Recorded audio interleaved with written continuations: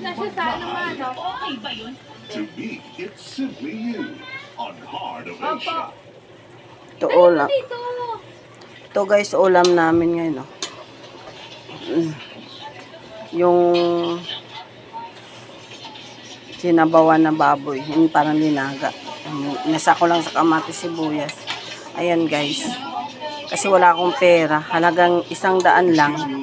Ito na yung ginawa ko. Para may ulam kami ngayon. Dito yan kami sa bahay. Pagtatanong kami ng bahay namin. Pasensya na kayo sa bahay namin. Sira. Sira na. Habang di tayo nag-uupa. Mas okay na to kasi nag-aaral pa yung anak ko sa college. Hindi natin muna unahin yung bahay. Unahin muna natin guys ang pag-aaral nila.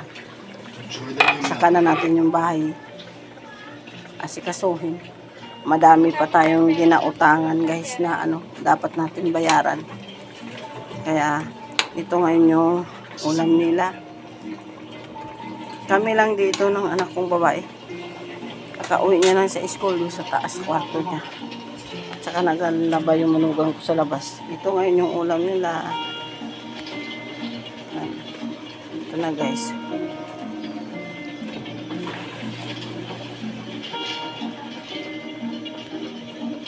Nanonood kasi ako ng TV kaya baka magtaka kayo maingay.